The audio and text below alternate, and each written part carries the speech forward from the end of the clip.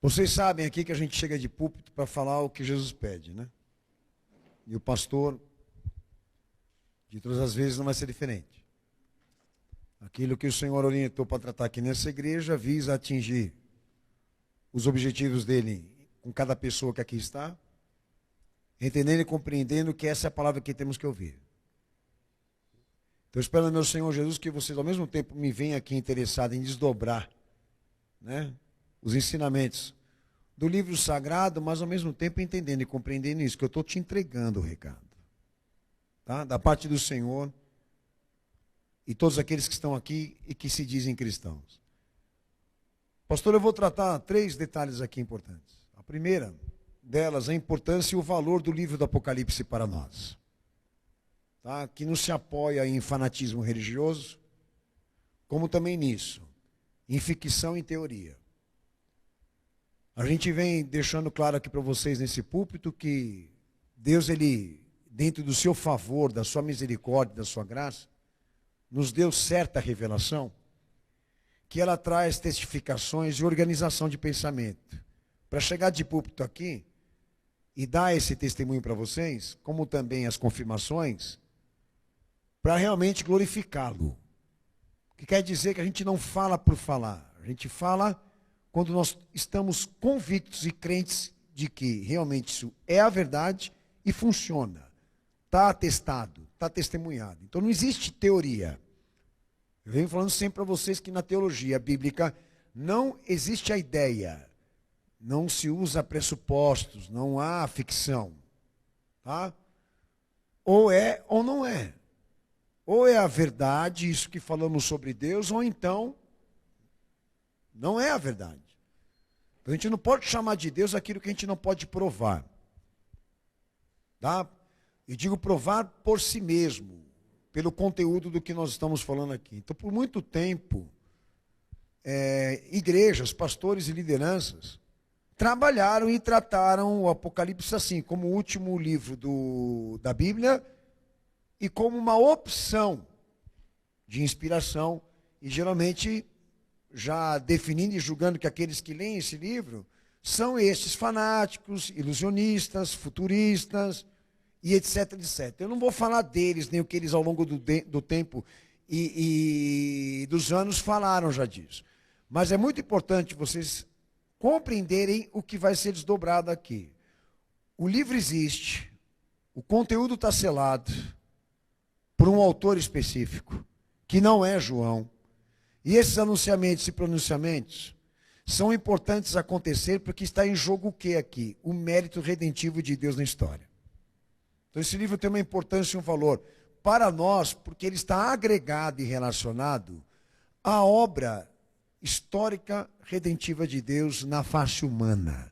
Então não é o último livro da Bíblia como vocês pensam. É o ponto final e o veredito da história.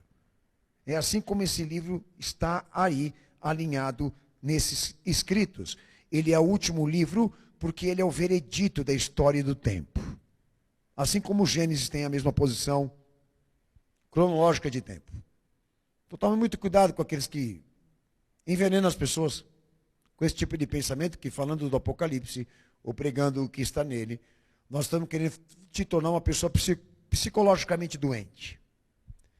Também vou tratar aqui a escatologia, tá? Que como esse termo é bíblico e pode ser usado na ciência e nos estudos concernentes aos processos redentivos de Deus e de consumação, a escatologia também é um termo que pode ser aplicado a qualquer outra coisa. Porque a escatologia representa exatamente isso, a obra final, ou a restauração das coisas. Bem, só que é um detalhe, não existe esse termo para ser aplicado a nenhum de nós, como também a nenhuma nação e nem a esse mundo.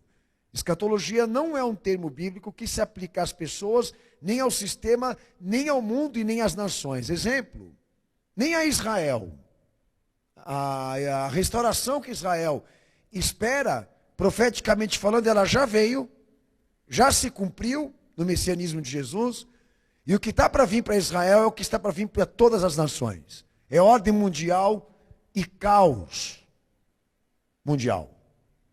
Então quero dizer que não existe na visão redentiva, bíblica e histórica e messiânica, uma promessa de um novo mundo para nós.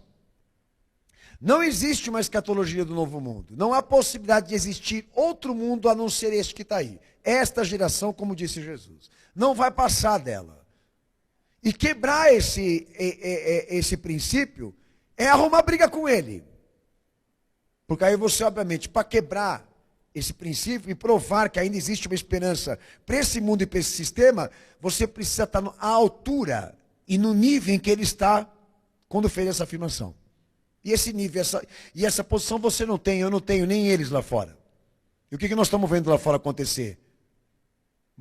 Um fim próximo do que o inverso. Então não existe escatologia individual, nem nacional, nem mundial, nem nada relativo às coisas materiais ou materialistas. Então Jesus ele fez pronunciamentos e anunciamentos relativos a isso, a escatologia legítima, e eu vou trabalhar alguns aspectos com vocês.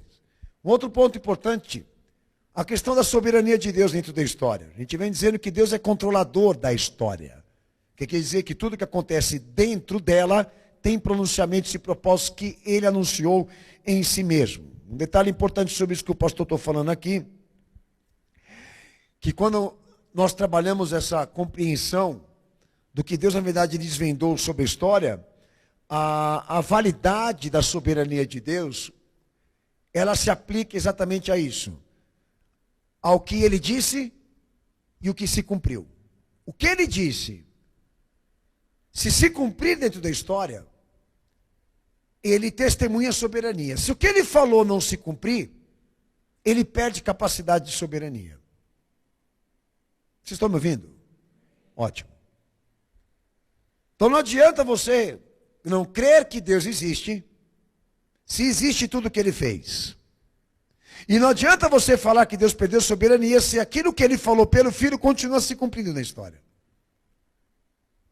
Porque se o que ele disse e profetizou continuar progredindo para os nossos dias e para a nossa geração e geração contemporânea, ele continua dando prova do quê? De que ele é capaz dessa soberania com base em afirmações proféticas e também progresso de acontecimentos. Então tudo isso está nesse livro, só que tem um detalhe, tem que ser trabalhado. Esses aspectos precisam ser conhecidos por você. Você precisa se aprofundar neles ao encher a tua cabeça de minhoca e de coisas que você escuta de todo mundo. Porque eu disse para você, o fato é o fato, a ideia é a ideia. O fato é isso, olha o mundo que temos aí fora. A ideia é a ideia, te jogaram a ideia, mas não tem o fato. Você vai trocar o fato pela ideia? Você vai trocar o fato pelo eu acho? Então, obviamente, por muitos anos, pastores chamaram de loucos e malucos aqueles que se doutrinam nessa escatologia, porque não tinha quem refutasse. Não tinha quem realmente combatesse esses intelectuais. Eu me vejo há muitos anos já, gravando, produzindo, trabalhos em torno disso para assessorar e administrar o pensamento dessa igreja, desse ministério, e aqueles que nos escutam também. Por quê? Porque é o momento mais glorioso, mais importante da igreja, desde que Jesus subiu em ressurreição. Porque nós vemos coisas acontecendo nesse mundo que profetas e os primeiros cristãos gostariam de estar assistindo e testemunhando. Esses cumprimentos. Mas ao mesmo tempo nos dá tristeza, que é uma minoria que enxerga isso. Principalmente aqueles que estão dentro da igreja, que eles não têm tato, eles não têm sensibilidade